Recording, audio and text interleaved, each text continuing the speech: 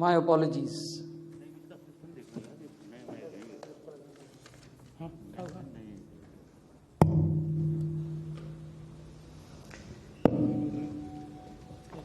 Okay.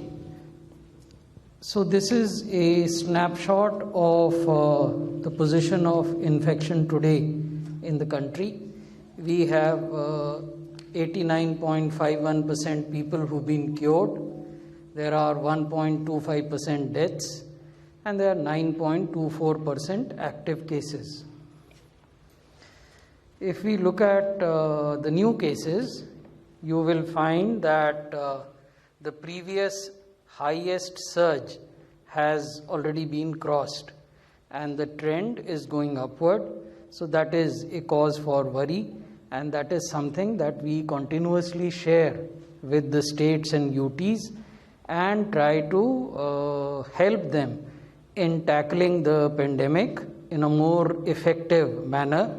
As we engage with you today, there are 53 central teams which are camping in 53 districts of the country, which are showing surge in cases. And these central teams are helping the district administration as well as the state administration, particularly the health department and the revenue officials, in tackling the pandemic. If we look at daily deaths, they also are showing an increasing trend. However, the previous surge highest point was 1,114. Presently, we have reported 879 deaths.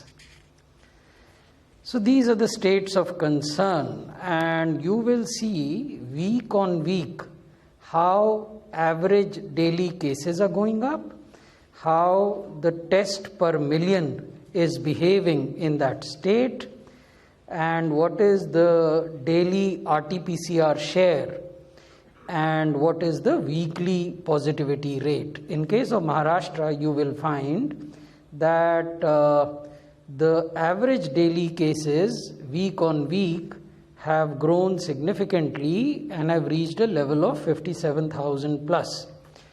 The test per million are also growing, but they are not keeping pace with the growth of average daily cases. And if we look at the share of RT-PCR tests, that's progressively coming down. So that is something that we repeatedly request the state to address.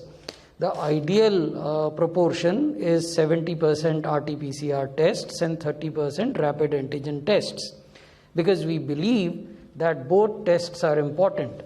Rapid antigen tests have their value, particularly as a screening test in areas which are densely populated and in those areas which are showing a recent cluster of new cases.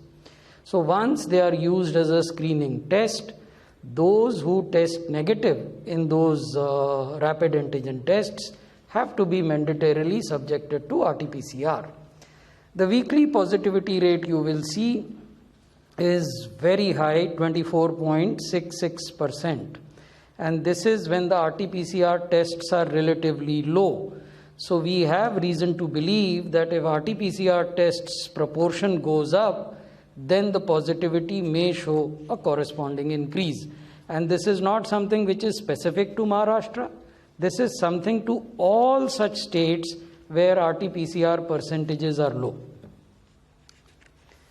So this is Chhattisgarh. You will see that in the mid-February, they were reporting hardly 200 cases. But today, it is 11,504 cases. So that's the average, how it has changed. The average test per million have increased, but have not kept pace with the change in cases. And the average daily RT-PCR share is roughly 28 to 30%. So this is again an instance where a ramping up of RT-PCR abilities or test capacities is needed.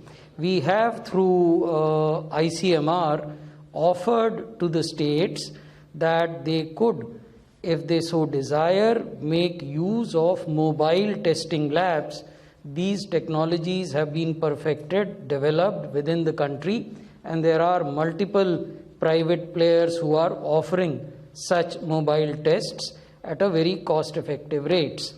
RT-PCR machines have also been put on the government e-marketplace, which is GEM, so that procurement could be easier and could take lesser time. Weekly positivity in case of Chhattisgarh is increasing from 1.5%, it has increased to 27.95, almost 28%. So this is another cause for concern. If we look at Uttar Pradesh, you will find that from average 89 cases a day, it has increased to 10,000 cases a day. The average test per million are also increasing, but as I told you, is the case with other states, the rate of change of cases and rate of change of test per million have to keep pace with each other, which is not the case here. The average daily RT-PCR tests are around 45 to 44%, so they also need to be ramped up. The weekly positivity is below 5, 4.84, but it is showing a rising trend.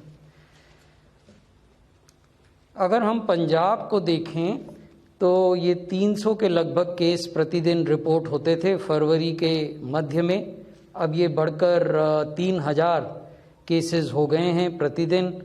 Average test पर million, प्रति 10 लाख की आबादी पर आप कितने test करते हैं, वो बढ़े जरूर हैं लेकिन उस अनुपात में नहीं बढ़े हैं जिस अनुपात में प्रतिदिन आने वाले केसेस बढ़ रहे हैं.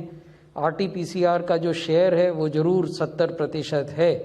वीकली पॉजिटिविटी में एक हल्का डिक्लाइन हम पिछले 2 सप्ताहों में देख रहे हैं, लेकिन डिक्लाइन के बावजूद ये जो पॉजिटिविटी है ये 8% है.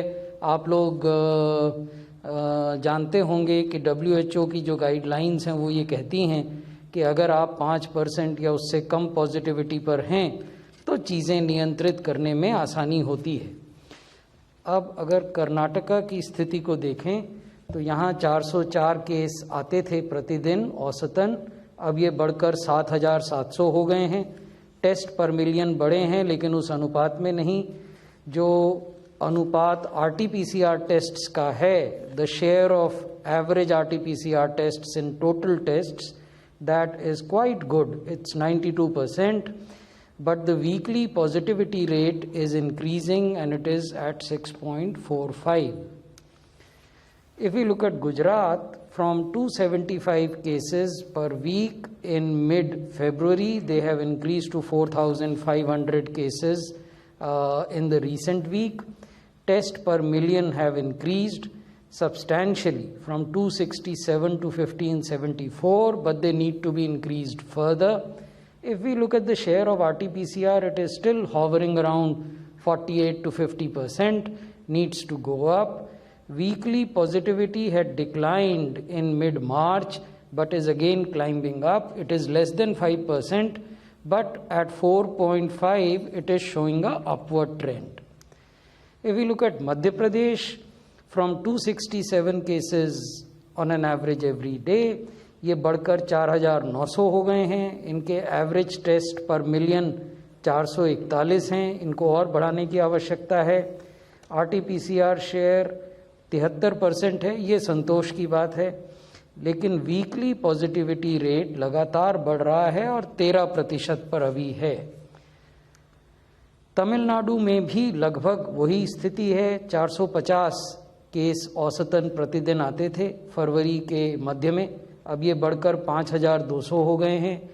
एवरेज टेस्ट पर मिलियन बढ़े थे लेकिन इधर फिर पिछले 2 सप्ताहों से वो घट रहे हैं, इनको बढ़ाने की ज़रूरत है.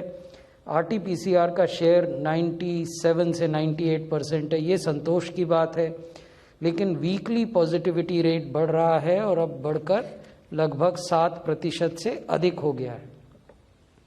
दिल्ली को अगर हम देखें तो यहाँ औसतन 134 मामले नए आते थे फरवरी के मध्य में, अब ये बढ़कर 8104 हो गए हैं. ये औसत वीकली औसत है.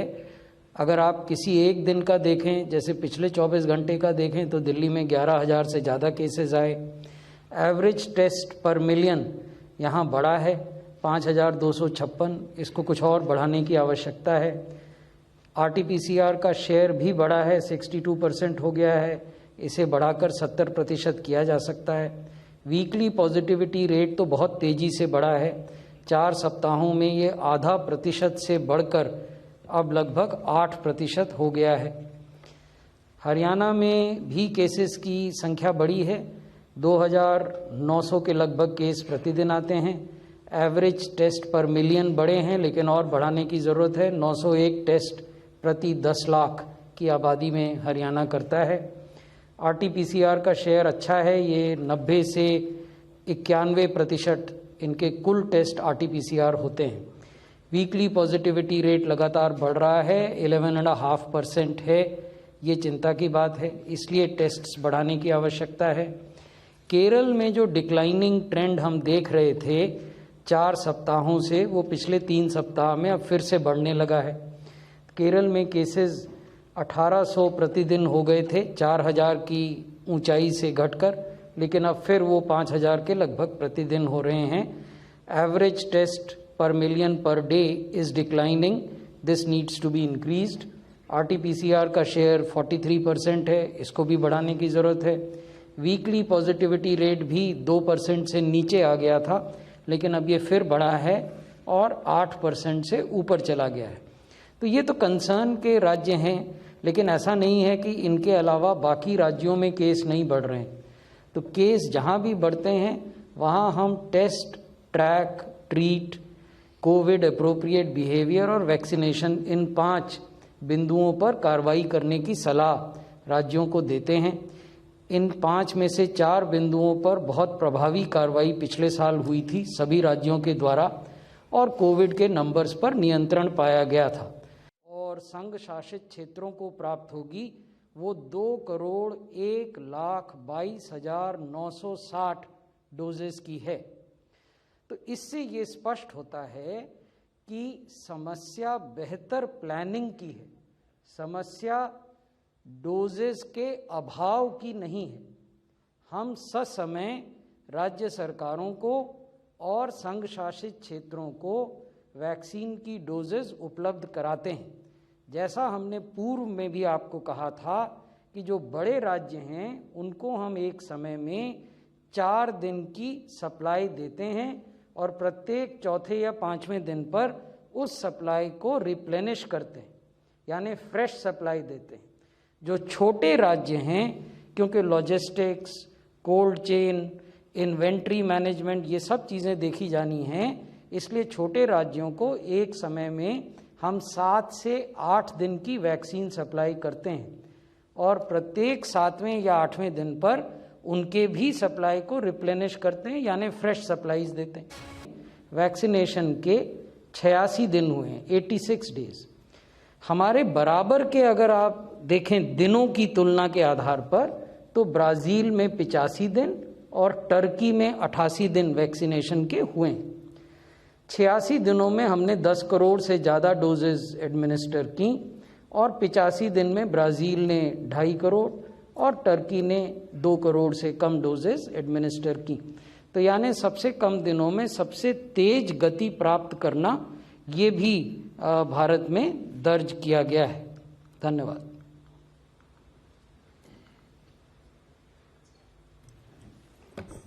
धन्यवाद।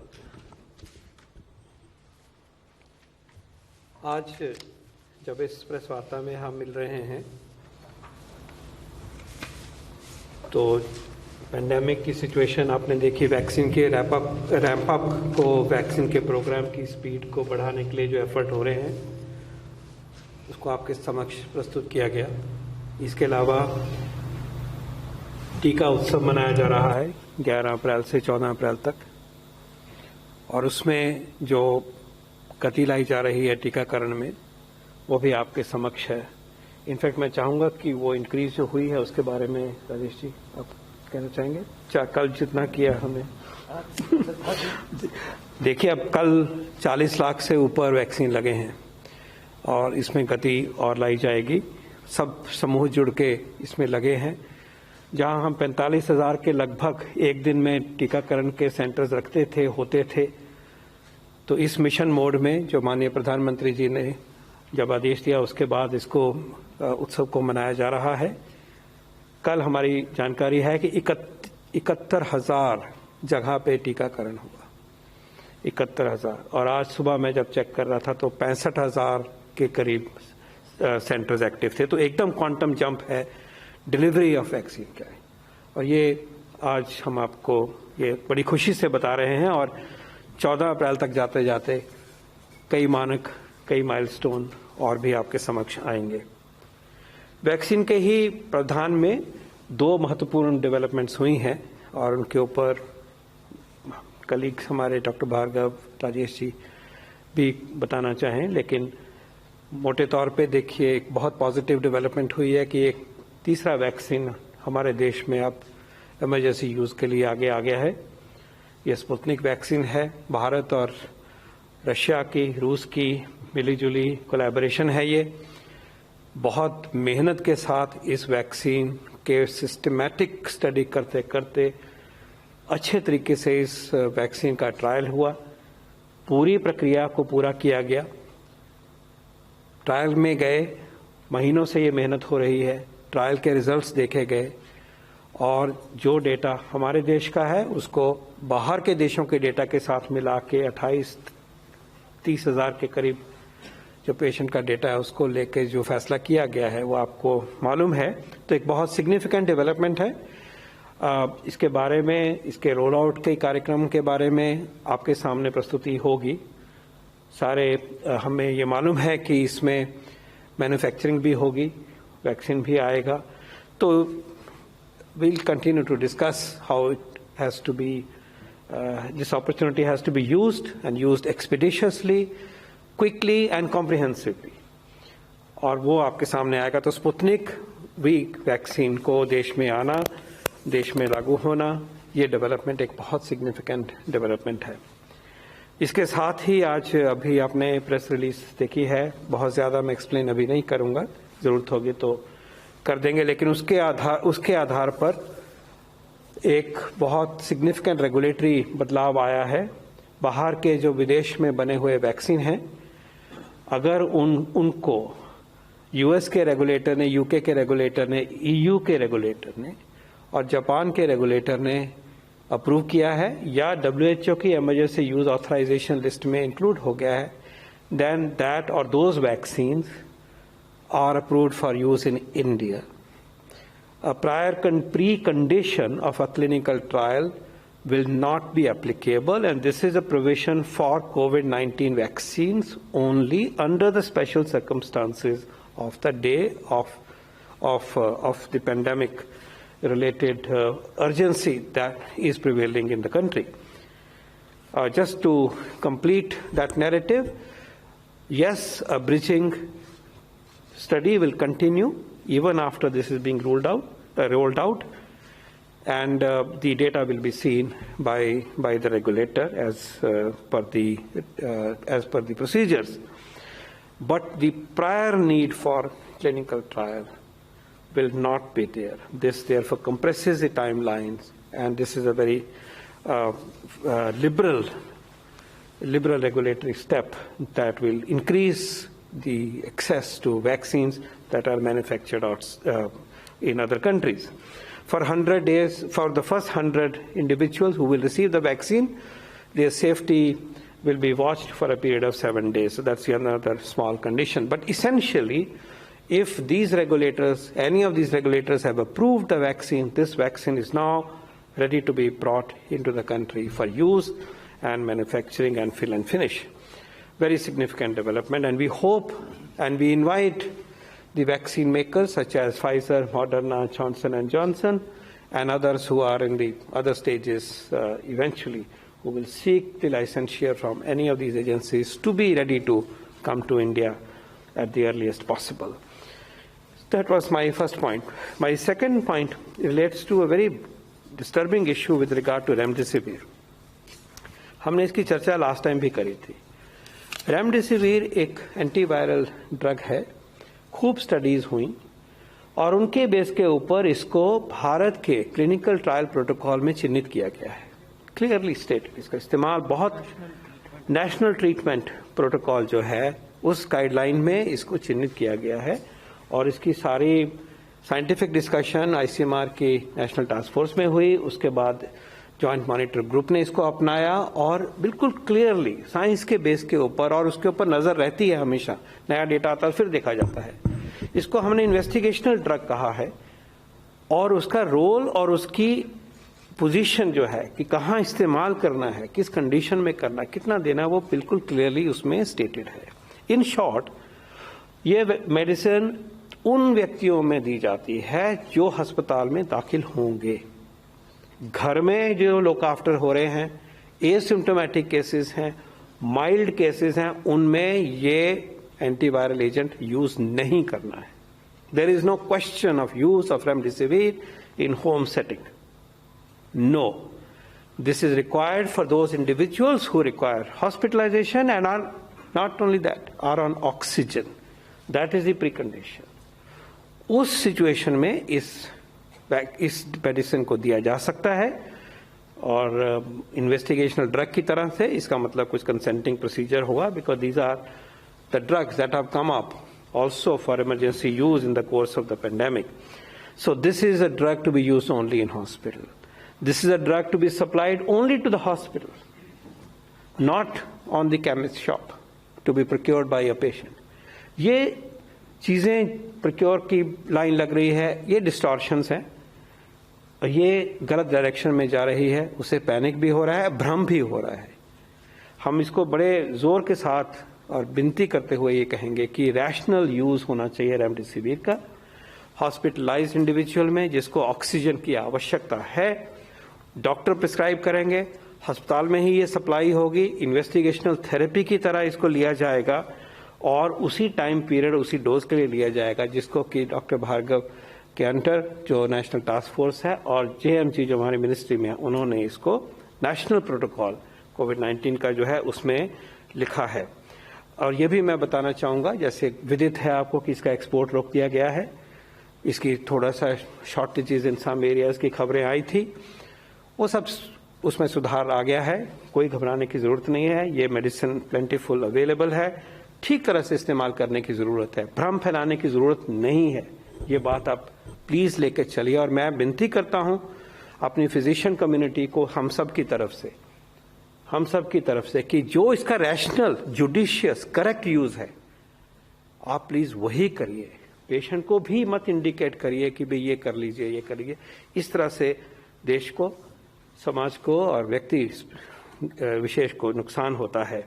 और मुझे बहुत खुशी है कि आज दोपहर को इंडियन मेडिकल एसोसिएशन ने भी एक प्रेस रिलीज करी है और उसमें भी उन्होंने ये कहा है कि judicious use of injection remdesivir होना चाहिए और पब्लिक को पैनिक नहीं होना चाहिए। तो डॉक्टर कम्युनिटी, सरकार आप सबको अपील करती है, सब लोगों को, और साथ में ही पर्टिकुलरली हमारे फिजिशियन फ्रेटर्निटी को, कि इस दवाई का इस्तेमाल जिन कंडीशंस के लिए किया गया है उसी में करिए, उसी में अप्रोप्रिएट है। उसके बाहर जाना इररैशनल है, अनएथिकल है और ये नहीं होना चाहिए। बहुत जोर से मैं कहना ये चाहूंगा। पिछली बारी डॉक्टर भार्गव ने और भी हमें एक्सप्लेन किया था इसके बारे में, हम उसी बात को आगे बढ़ा रहे हैं आज। तीसरा मुद्दा आता है कि पेंडेमिक जिस तरह से बढ़ रहा है, इसमें अब हमारी जिम्मेवारी क्या है। वैक्सीन के अलावा, रैशनल ट्रीटमेंट के अलावा भी और क्या हमें करना है। तो सेक्रेटरी साहब ने बिल्कुल पांचों ही जो सूत्र हैं, पांचों ही जो थीम्स हैं, पांचों ही जो पिलर हैं, उनकी बात आपके सामने आगे रखी। हम टेस्ट करेंगे, हम ट्रैक करेंगे, कंटेन करेंगे, हम ट्रीट करेंगे घर में या अस्पताल में, और रेमडेसिविर तभी इस्तेमाल करेंगे जब उसकी ज़रूरत है। हम कोविड अप्रोप्रिएट बिहेवियर अपनाएंगे, हम वैक्सीन को अपनाएंगे। यही 5 पिलर्स के साथ, गुणों के साथ, सूत्रों के साथ, टूल्स के साथ और हथियारों के साथ हमने ये लड़ाई लेनी है। हम पूछा कही जाता है कई बारी कि ये जो कर्व ऐसे चला, इसको कैसे नीचे लाएं। तो एक तरह से सोचे तो उसका जवाब ये है कि ये हमारे ऊपर ही निर्भर करता है। सोचा जाए तो हम कितनी मेहनत करेंगे समाज कि इसको नीचे लेके आए। हम उस वायरस को बढ़ने से रोकने के लिए क्या हम कर रहे हैं? क्या हमने 100% मास्क अपनाया? हम मास्क अगर कल से, आज से सब कोई पहन ले तो एकदम से इसमें गिरावट आएगी, देखते देखते ही गिरावट आएगी। हम इस वैक्सीन को क्यों नहीं अपना रहे जितना अपनाना चाहिए? हम भीड़ ना करें, हम सोशल डिस्टेंस मेंटेन करें, हाइजीन मेंटेन करें, तो ये वायरस रुकेगा ही रुकेगा। और सबसे ऊपर जो मैंने बार बार, हम सब ने बार बार यहाँ पे कहा है कि मास्क का जो फेस को कवर करने का जो सोशल वैक्सीन है, इफेक्टिव वैक्सीन है, इसको अपनाना है। इसकी मुहिम हमें आज से शुरू करनी चाहिए, हर तरह से शुरू करनी चाहिए। कोई भी व्यक्ति बाहर नहीं दिखे जिसने मास्क नहीं पहना, कोई भी व्यक्ति घर में भी नहीं ऐसा दिखे जब घर में बैठे हुए। आप खबरें ये सुन रहे हैं कि अब कोविड आता है तो एक नहीं सारे ही बीमार हो जाते हैं। तो सारे कहां से? वो एक लाया ना पहले तो, लेकिन इतनी तेज गति से बाकियों को लगता है तो कैसे बचेगा? ये मास्क पहना होगा तो बचेंगे ना हम। और जिनको वैक्सीन एलिजिबल हैं, जो व्यक्ति, उनको वैक्सीन मिलेगा तो वो बचेंगे। तो इसको आज एक लाइन जो मैं आपके सामने कह चुका हूं और दोबारा फिर कहूंगा कि इस बढ़ते हुए कर्व को रोकना है। कि आप पूछें कैसे रोकना और कब रुकेगा, ये हम पे निर्भर करता है कि हम अब कितनी मेहनत कर लें। नहीं तो जैसे आप देख रहे हैं बहुत सीरियस सिचुएशन इमर्ज हो रही है, कुछ प्रदेशों में ज्यादा खराब है, लेकिन ये देशव्यापी समस्या है। ये आज हम दोबारा कह रहे हैं, पहले भी हमने इसी मंच से पहले भी कहा, देशव्यापी समस्या है। और जो प्रदेश जिनमें नंबर अभी कम है वहां भी अगर ट्रेंड को देखें तो ठीक नहीं है। तो क्या ये वक्त नहीं आ गया है कि हम जो अपनी जिम्मेवारी निभाएं और मास्क पहन के, सोशल डिस्टेंसिंग करके, भीड़ कम करके, हाइजीन करके इसको रोके। और सबसे ऊपर मास्क, और सबसे ऊपर उसके साथ साथ है कि जो एलिजिबल पॉपुलेशन है, जिनकी जान बचानी है, उनको टीका लगे। और आपने देखा कि टीकाकरण की स्पीड कैसे बढ़ रही है, टीकाकरण कितना उपलब्ध है, इसको अपनाइए। हमारे ऊपर निर्भर करता है कि ये जो इधर चला हुआ है रॉकेट की तरह, इसको हम कैसे रोक के नीचे लाएं, हेडविंड कैसे पैदा करें। ये अगर जहाज की तरह चला हुआ है तो कैसे हवा लाएं कि ये स्लो हो जाए, चेन ऑफ ट्रांसमिशन कैसे रोके। वायरस का प्रभाव एक से दूसरे को जाने के लिए जो उसकी मर्जी है उसको तोड़ना है, उसको रोकना है, उसको दबाना है। नहीं तो फिर वो आगे चलता ही रहेगा, उसने चलना है। उसको बहुत लोग ऐसे मिल रहे हैं जो इररिस्पॉन्सिबल है, उनको पकड़ता है, उनसे फिर अगलों को पकड़ता है।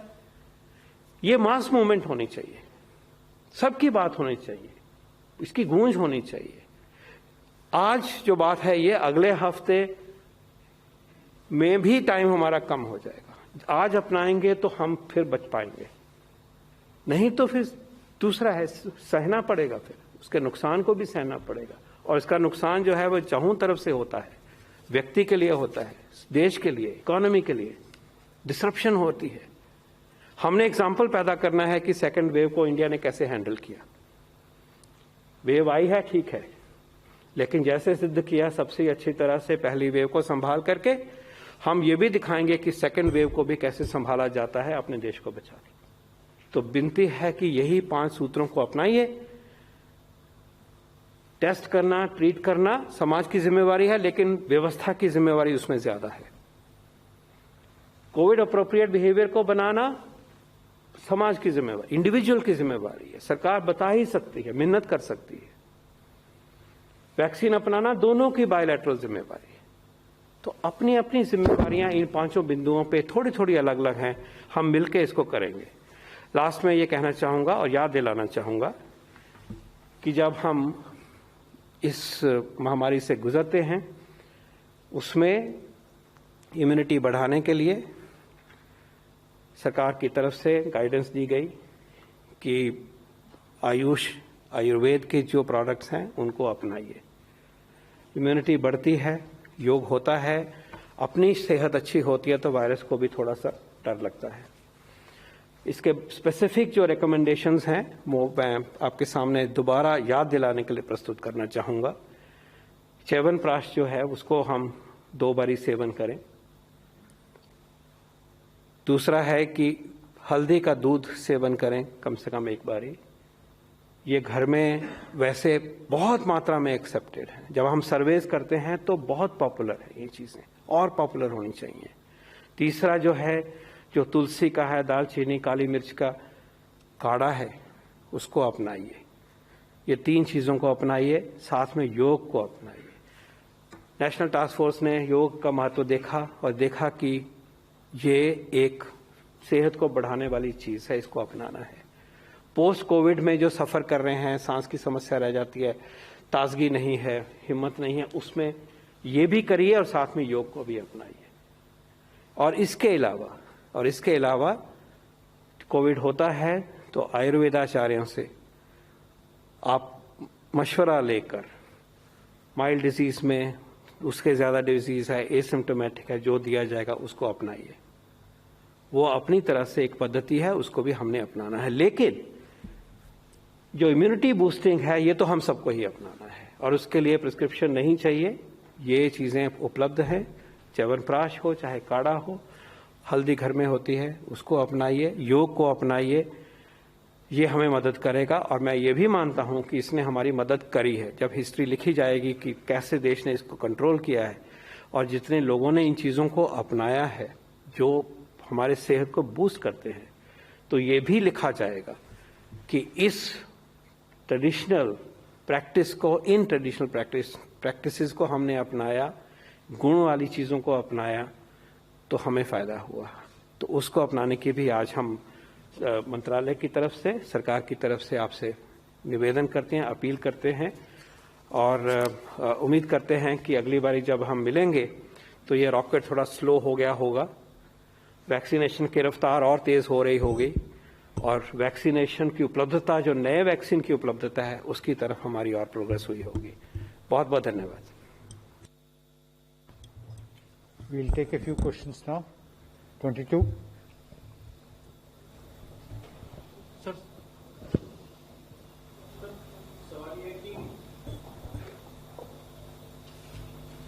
Please identify yourself.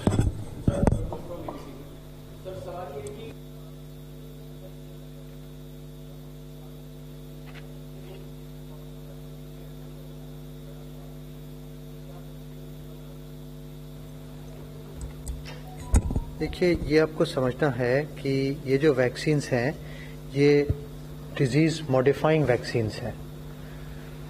In vaccines को लगने के बाद, दोनों डोज लगने के बाद एंटीबॉडीज आ जाते हैं और चांसेस ऑफ इन्फेक्शन कम हो जाता है। सीवियर इन्फेक्शन और डेथ की चांसेस कम हो जाती है। कम 85% reduction of hospitalization after vaccination, that is well established internationally. ये आपको देख के रखना है।